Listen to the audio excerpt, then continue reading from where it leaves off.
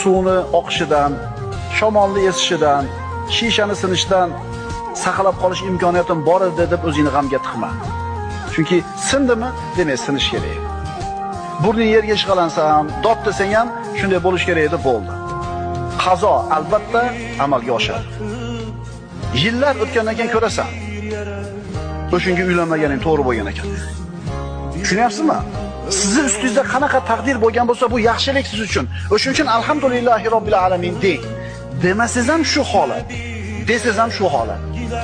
Alloh senga taqdir qilgan narsa, birodar, albatta yaxshilik bo'ladi. Shunday bo'ldimi? Demak, shunda bitta yaxshilik. Haqiqiy inson bo'lsa, buyuk bo'lsa, bir martabaga darajaga yetishgan bo'lsa, orqasida bitta ayol turadi.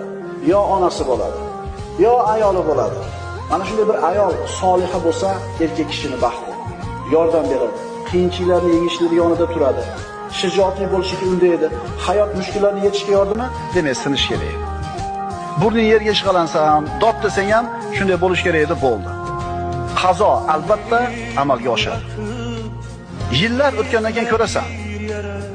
O'shunga uylanmaganing to'g'ri bo'lgan ekan. Tushunyapsizmi?